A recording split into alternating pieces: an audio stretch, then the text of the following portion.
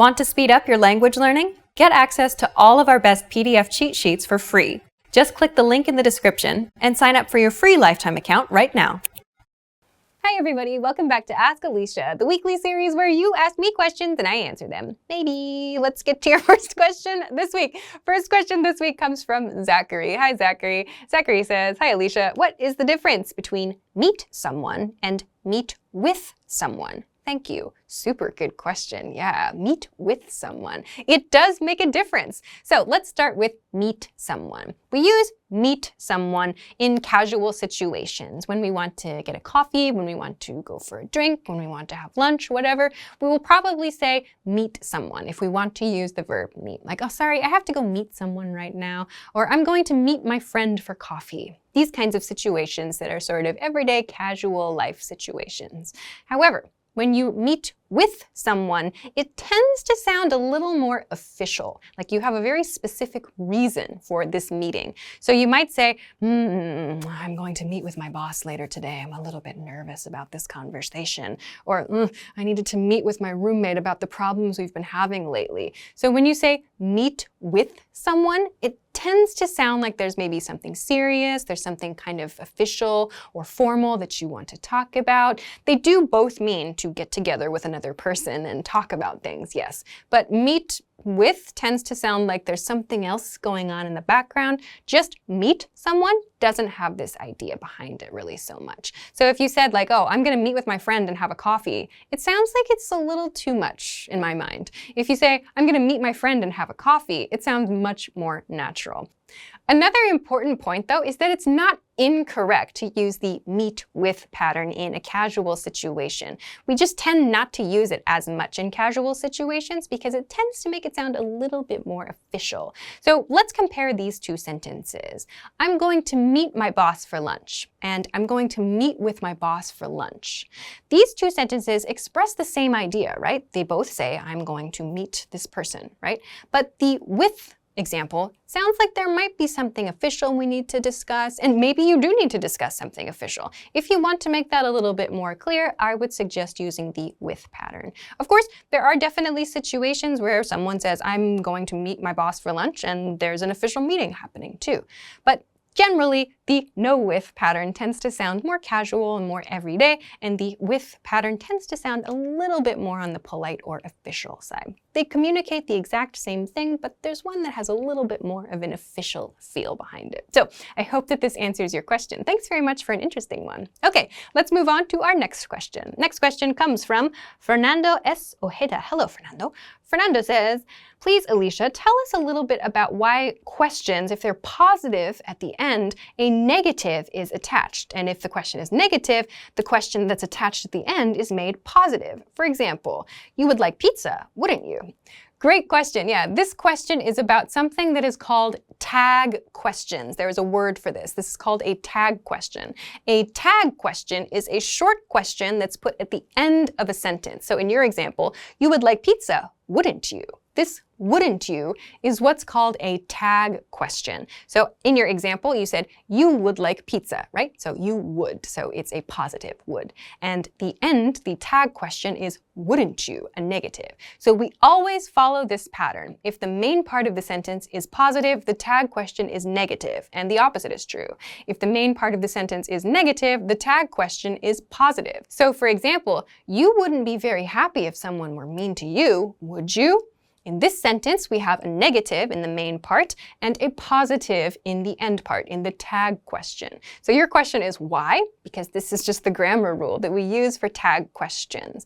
We use tag questions for confirmation purposes. In your example, you would like pizza, wouldn't you? You are confirming with the other person that yes, they would like some pizza, right? So this is just the rule that we follow for tag questions. So when you want to use these kind of short, casual style confirmation questions, just make sure that you follow this opposite rule. If your main question or your main sentence is positive, use a negative tag question and vice versa. Negative main sentence, positive tag question. I have a video about this on the English Class 101 channel, so you can do a quick search on the channel for more information about tag questions, how to make them, and how to use them. So I hope that this answers your question. Thanks for sending it along. Okay, let's go to the next question. Next question comes from Bud Ram. I hope I said that right. Buddha says, Roses smell sweet without an article.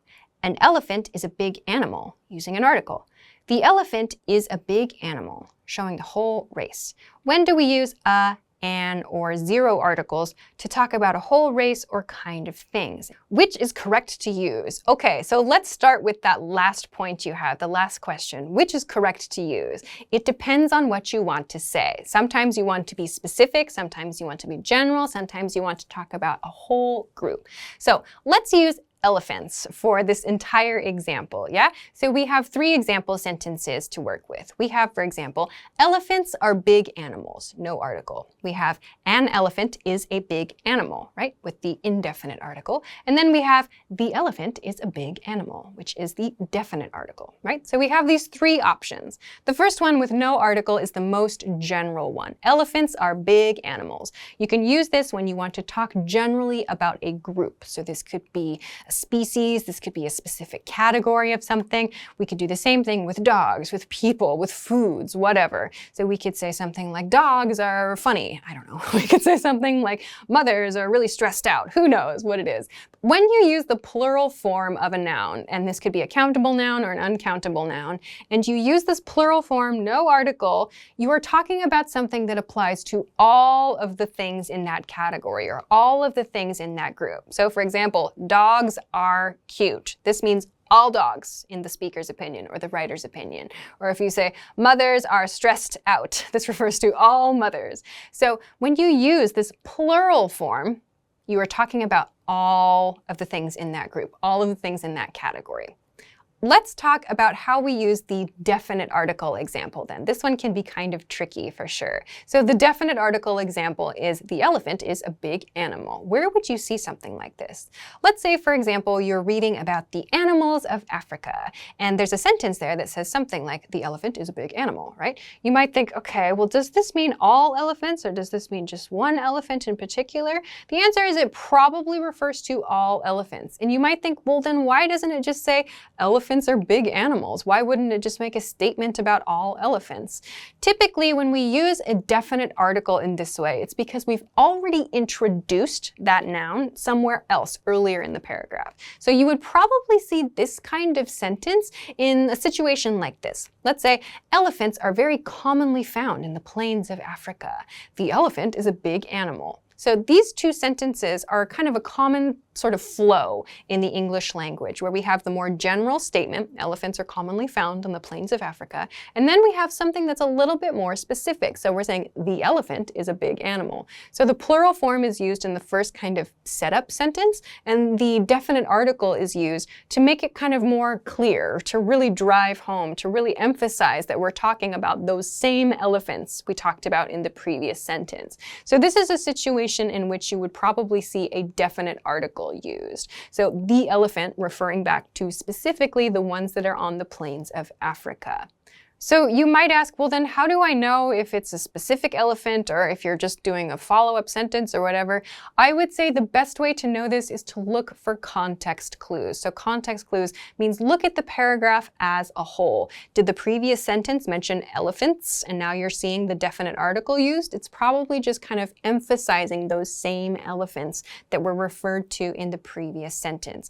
If someone wants to make a specific noun clear, they will oftentimes use this or that, or for plurals, these or those, to make that kind of thing clear. The last one that we need to talk about that we haven't talked about yet is the a or an sentence. So like, an elephant is a big animal. We use this when we're not being specific about something, when we're just talking about any old elephant, when it's not specific which one we need to use. So when would we use this indefinite article, an elephant is a big animal? An elephant is a big animal is used very generally when we mean any old elephant. It doesn't mean this specific one or that specific one, just very generally. And we use this indefinite article when the other person might not know about that thing.